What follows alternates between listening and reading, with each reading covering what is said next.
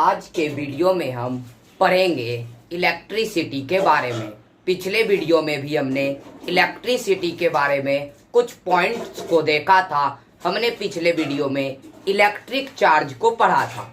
आज के वीडियो में हम पढ़ेंगे कि इलेक्ट्रिक पोटेंशियल क्या होता है, पोटेंशियल डिफरेंस क्या होता है, इलेक्ट्रिक करंट क्या होता है और ओम्स का लॉ क्या है। आज के वीडियो में हमें ये सब पढ़ना है, यानी कि विद्युत विभव पढ़ना है, विद्युत विभवांतर पढ़ना है, विद्युत धारा पढ़ना है और ओम का नियम पढ़ना है।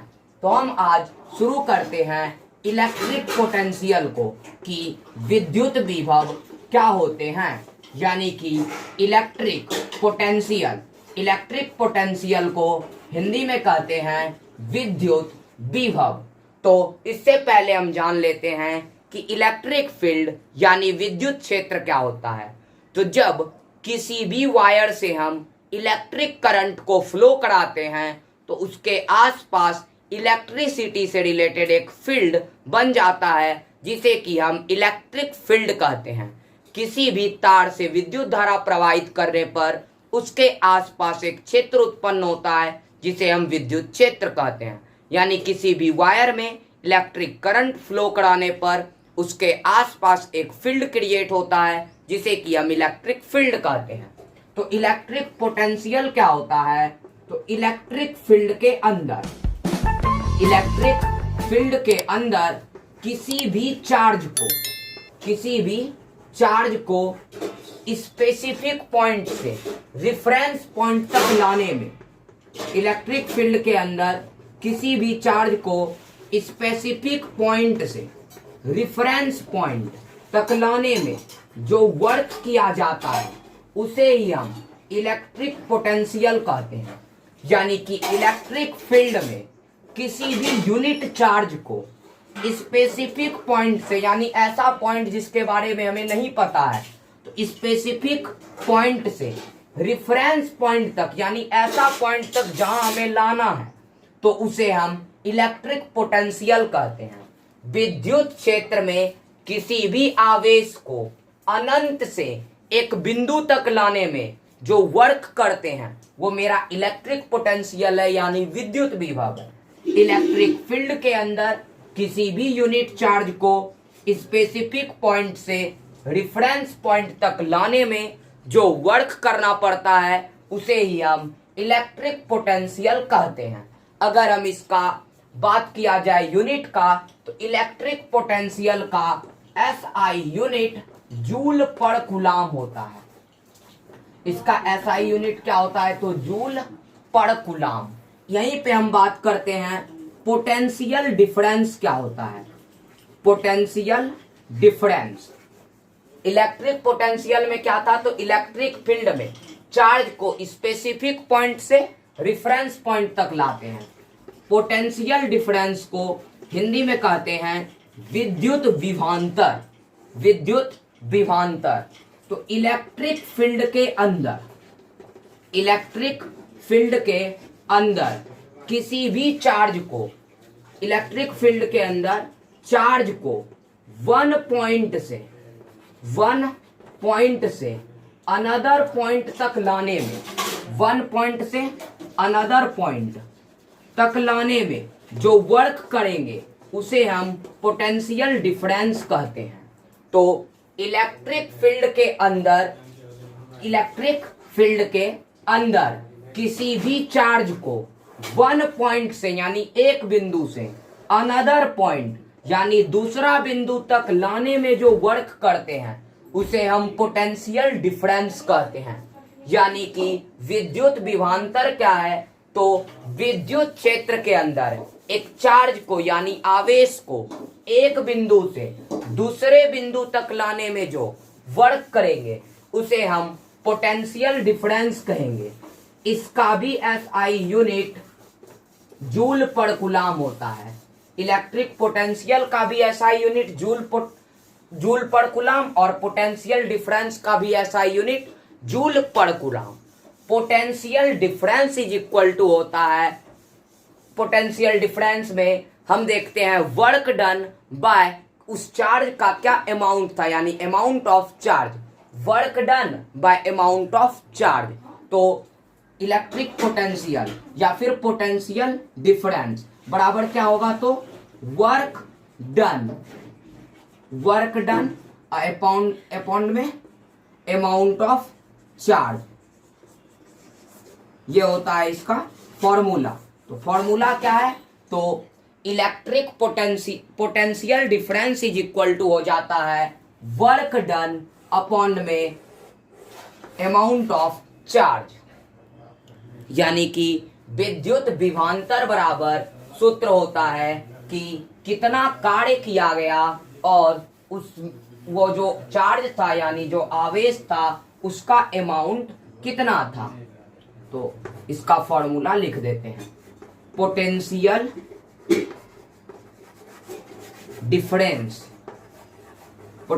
डिफरेंस को हिंदी में कहेंगे विद्युत विभवांतर, equal to work done by amount of charge.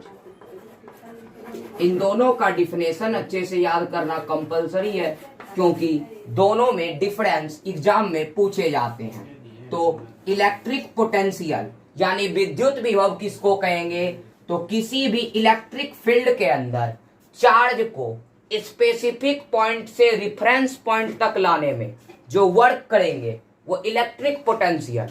Electric field के अंदर किसी भी चार्ज को वन पॉइंट से अनदर पॉइंट तक लाने में जो वर्क करेंगे उसे कहेंगे potential difference. Potential difference is equal to हो जाता है work done by amount of charge. SI unit दोनों का सेम है, जूल पर कूलम। तो दोनों का एसआई यूनिट हो जाता है जूल पर कूलम। तो अब हम देखते हैं कि इलेक्ट्रिक करंट क्या होता है, यानी विद्युत धारा किसको कहते हैं। तो the rate of flow of electron या the rate of flow of charge is called electric current, जिसको कि हिंदी में कहते हैं विद्युत धारा। तो इसका डिफिनेशन क्या होता है, तो the rate of flow of charge या फिर इलेक्ट्रॉन, तो उसे हम इलेक्ट्रिक करंट कहते हैं। The rate of flow of charge यानी कि आवेश के प्रवाह की दर को विद्युत धारा कहते हैं, या फिर इलेक्ट्रॉन के प्रवाह की दर को विद्युत धारा कहते हैं।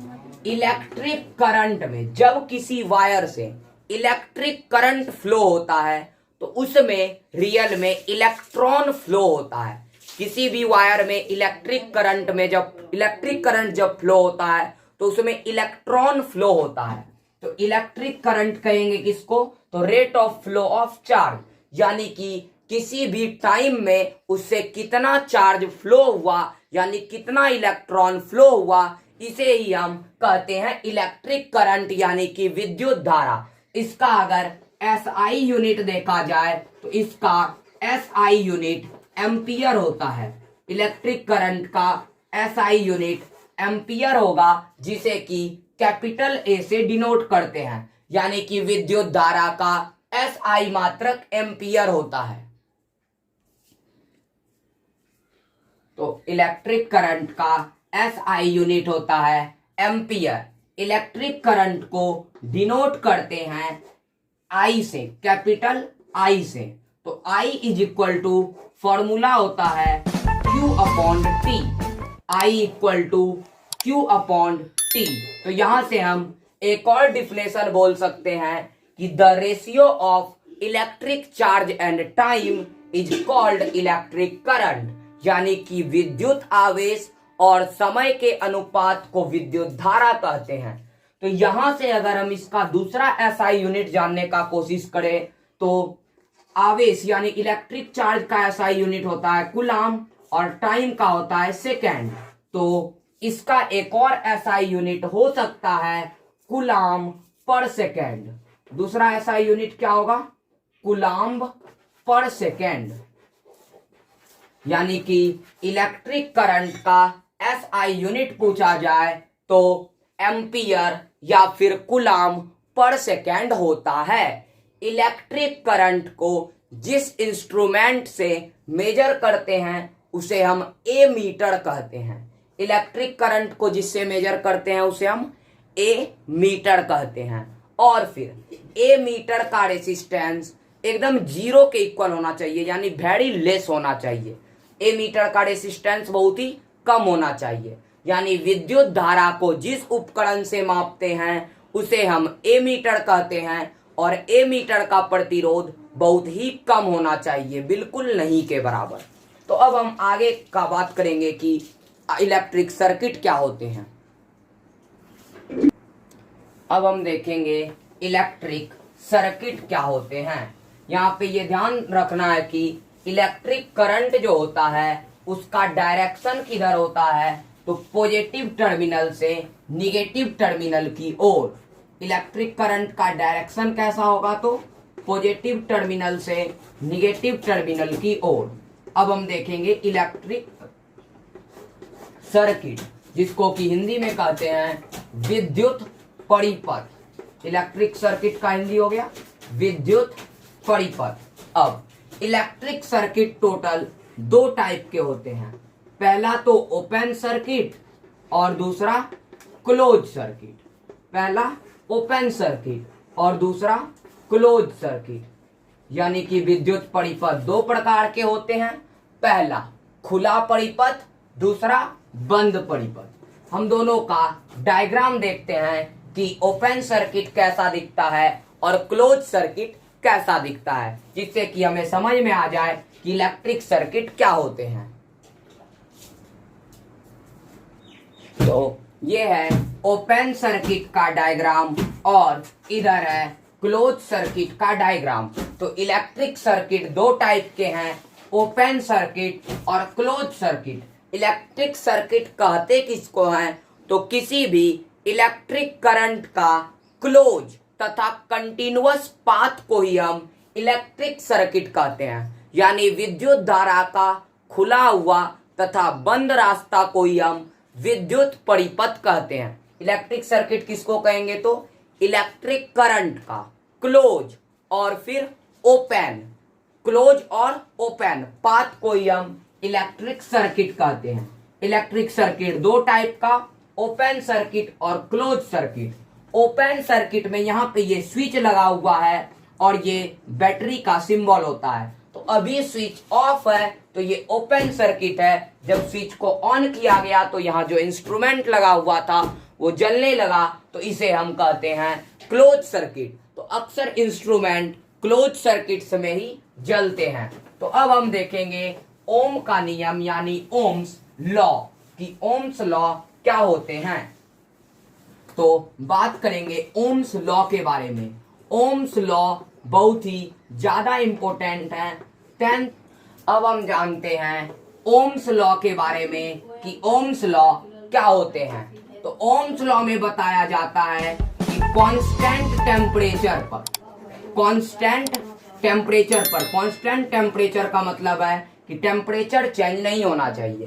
कांस्टेंट टेम्परेचर पर किसी भी वायर के अंदर जो इलेक्ट्रिक करंट फ्लो होता है वो इसका दोनों किनारा के बीच जो पोटेंशियल डिफरेंस होता है उसका डायरेक्टली प्रोपोर्शनल होता है। यानी मान लिया जाए कि दोनों किनारा के बीच पोटेंशियल डिफरेंस है V, तो ये डायरेक्टली प्रोपोर्शनल होगा I का।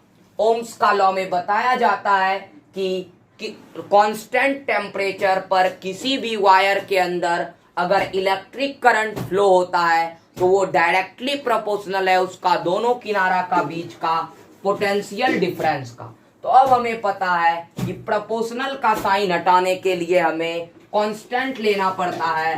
तो V is equal to R I। तो यहां से ये एक फॉर्मूला बन गया। तो यहाँ पे हम प्रोपोर्शनल का मतलब समझ लेते हैं। प्रोपोर्शनल का मतलब है कि अगर V यानी पोटेंशियल डिफरेंस बढ़ता है तो इलेक्ट्रिक करंट भी बढ़ेगा, और अगर V यानी पोटेंशियल डिफरेंस घटेगा तो इलेक्ट्रिक करंट का वैल्यू भी घटेगा। जितना पोटेंशियल डिफरेंस बढ़ेगा उतना ही इलेक्ट्रिक करंट बढ़ेगा, जितना पोटेंशियल डिफरेंस घटेगा उतना ही इलेक्ट्रिक करंट घटेगा। तो ओम्स लॉ यही है। ओम्स लॉ में ये बताया गया कि कांस्टेंट टेम्परेचर पर किसी भी वायर के अंदर जो इलेक्ट्रॉन, किसी भी वायर के अंदर जो फ्लो होता है इलेक्ट्रिक करंट, वो डायरेक्टली प्रोपोर्शनल होता है पोटेंशियल डिफरेंस का। तो इसका मतलब था V proportional to I। Proportional का साइन हटाने के लिए कांस्टेंट लेना पड़ा R, तो V equal to R I. यहाँ पे R क्या है, तो R जो है वो रेसिस्टेंस है।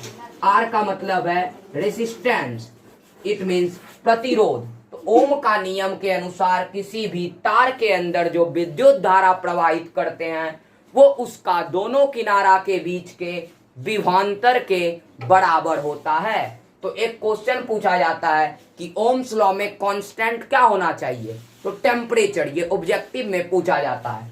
अब हम थोड़ा सा इसका अगर ग्राफ बनाने दे दिया जाए ओम्स लॉ का, तो इसका कुछ ग्राफ इस शेप में बनता है कि नीचे हम लिख दें I और इधर अगर V लिख दिया जाए तो इसका ग्राफ कुछ इस तरीके से बनेगा, क्योंकि ये दोनों प्रोपोर्शनल हैं।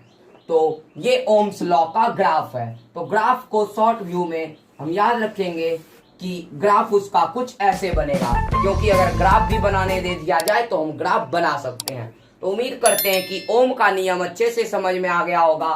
तो अगले वीडियो में हम आगे के टॉपिक के बारे में बात करेंगे। तो उम्मीद करते हैं कि आज का वीडियो पसंद आया होगा। तो अगर वीडियो पसंद आए तो वीडियो को शेयर कीजिए, लाइक कीजिए और हमारे चैनल को सब्सक्राइब कीजिए। और आज के क्लास का नोट्स पाने के लिए हमारे टेलीग्राम चैनल पर ज्वाइन कीजिए। टेलीग्राम चैनल ज्वाइन करने के लिए टेलीग्राम पर सर्च कीजिए रोहित सिंह अकेडमी, वहां आपको टेलीग्राम चैनल मिल जाएगा। तो वीडियो को ज़्यादा से ज़्यादा शेयर कीजिए और लाइक कीजिए, ताकि हमें भी मोटिवेशन मिलता रहे और नए नए वीडियो बनाने के लिए।